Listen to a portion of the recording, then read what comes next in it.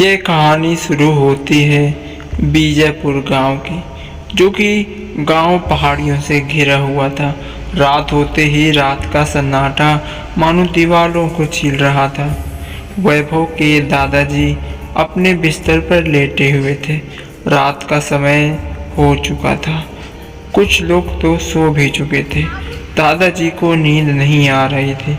सो वे मन ही मन भगवान का नाम ले रहे थे और मन ही मन सोने का प्रयास कर रहे थे।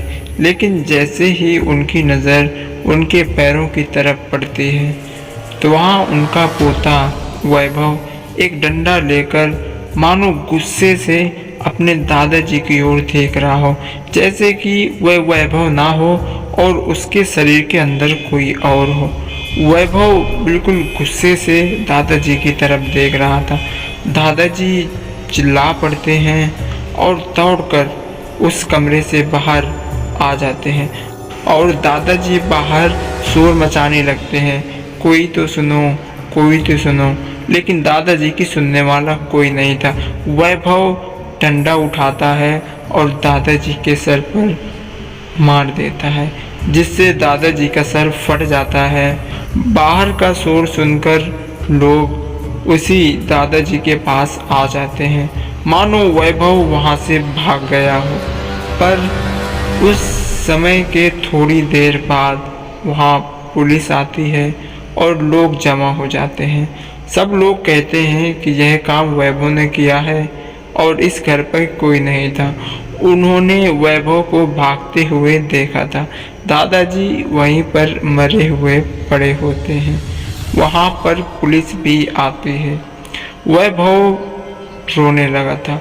वैभव को कुछ समझ नहीं आ रहा था कि उसने तो किसी का खून नहीं किया और वह अपने दादाजी को भला कैसे मार दे, जिन्हें वह इतना चाहता हो। लेकिन वैभव की बात कोई नहीं मानता, क्योंकि उस घर में उसके दादाजी और वैभव थे और वहीं के पड़ोसी ने वैभव को भागते हुए भी देखा था। लेकिन वैभव की सफाई कोई काम नहीं आती। पुलिस इंस्पेक्टर वैभव को पुलिस स्टेशन लेके चले जाते हैं। फिर अगले दिन वही काली रात होती है। पूरा दिन बीतता है, लेकिन जो देखने को मिलता है उस पर विश्वास नहीं होता।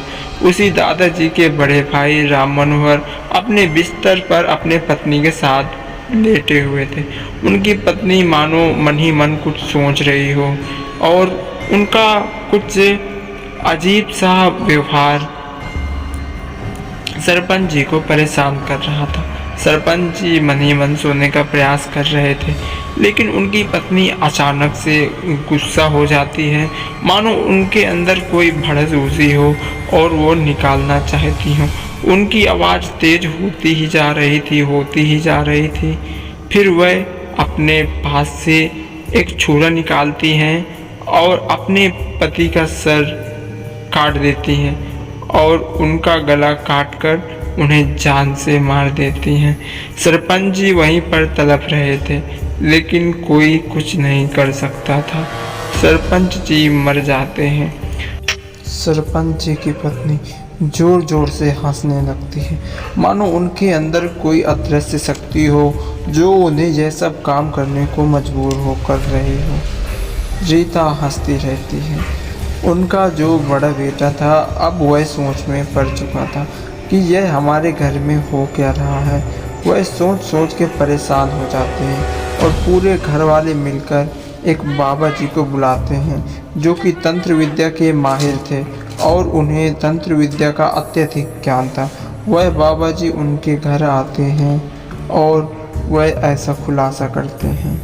मैंने अपनी दिव्य दृष्टि से देखा है, जो तुम्हारे पूर्वज थे, तुम्हारे दादाजी और तुम्हारे पिताजी, उन्होंने गांव के भलाई के लिए एक हवन कराई थी, जिसमें से उसके पहले गांव में बहुत सारी मौतें होती थी।